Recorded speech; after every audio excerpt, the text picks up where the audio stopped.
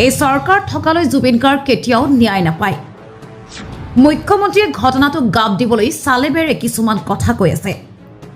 মোৰ সন্দেহ তেওঁলোকৰে কোনোবাই ৰজাঘৰীয়া মাষ্টাৰ মাইণ্ড আছে তেখেতৰ মৃত্যুৰ কাৰণত।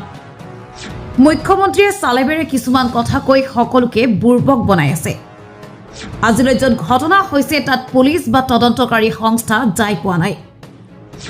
SITত যাব নোৱাৰে তেন্তে ইণ্টাৰনেশ্যনেল পুলিচ কিহৰ কাৰণে আছে? যি জুবিনৰ বাবে অন্য ৰাষ্ট্ৰটো শ্ৰদ্ধা জনোৱা হৈছে সেই জুবিনতকৈ আৰু ভাল ভাৰতীয় আছে নেকি? তেওঁৰ কাৰণে মুখ্যমন্ত্ৰীয়ে কিয় ভাৰত ৰত্নৰ দাবী জনাব নোৱাৰিলে?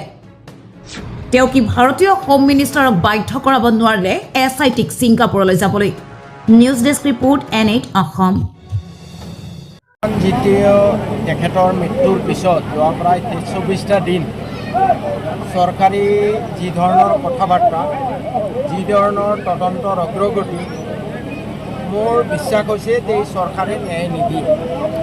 কাৰণ আজিলৈ যি ঘটনা য'ত হৈছিলে তাত আজিলৈ পুলিচ যোৱা নাই, তদন্তকাৰী সংস্থা যোৱা নাই, আৰু মুখ্যমন্ত্ৰীয়ে গোটেই ঘটনাটো গাপ দিবলৈ চালে বেৰে কথা কিছুমান কৈ আছে যে আমাৰ SIT যাব নোৱাৰে।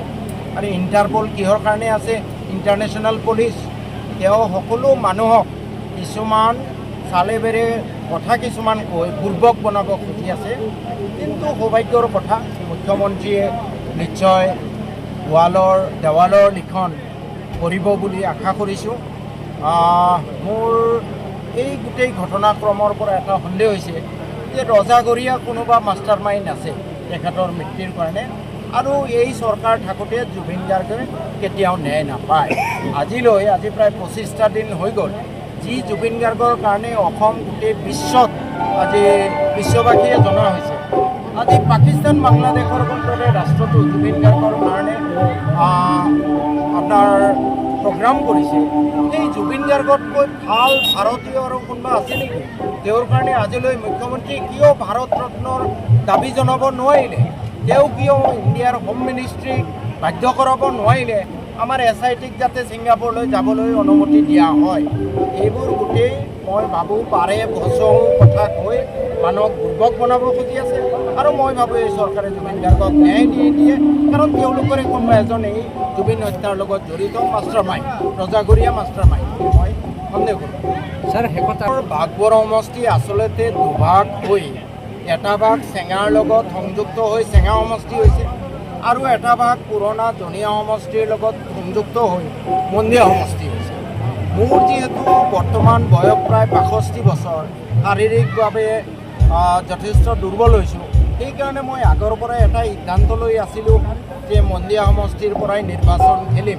কিন্তু অতি সম্প্ৰতি আমাৰ পুৰণা বাঘবৰৰ চৰাঞ্চলত বা যিখিনি অঞ্চল চেঙা সমষ্টিত অন্তৰ্ভুক্ত হৈছে সেই মানুহখিনিৰ আগ্ৰহ, সেই মানুহখিনিৰ মৰম, সেইখানে মানুহখিনিৰ বুকুৰ ভিতৰত থকা বেদনাখিনি মই হৃদয়ংগম কৰি অলপ দুমোজাত পৰিছোঁ যে মন্দিয়াত খেলিম নে চেঙাত খেলিম।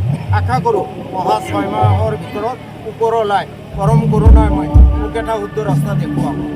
আজি যেতিয়া আপোনালোকে নিশ্চয় ৰখাই ভাল। মুখ্যমন্ত্ৰীয়ে এই 38% কথাটোৰ উত্তৰ আজি অসমৰ মূলসুঁতিৰ মানুহে ইতিমধ্যে দি দিছে। জুবিনদাৰ মৃত্যুৱে অসমত এক পৰিৱৰ্তন আনিছে, সামাজিক সকলো ফালৰ পৰা এক পৰিৱৰ্তন। আমি হিন্দু মুছলমান বাদ দি সকলোৱে মানুহ হিচাপে জীয়াই থাকিবলৈ তেখেতে এটা আদৰ্শ দেখুৱাই থৈ গ'ল। মুখ্যমন্ত্ৰীয়ে এইবোৰ কথা যিমান ক'ব সিমানে তেওঁৰ অৱস্থাৰ অৱনমন ঘটিব, অৱনমিত। তেওঁৰ এইকেইদিনৰ টিভিত দিয়া বাইকবোৰৰ শ্ৰোতাৰ সংখ্যা চাওক, দৰ্শকৰ সংখ্যা চাওক। আগতে য'ত মিলিয়ন হৈছিলে এতিয়া কেইহাজাৰ মানহে মাত্ৰ। গতিকে অসমৰ ৰাইজে উত্তৰ দি আছে, আমি অলপ চুপচাপ দেখাই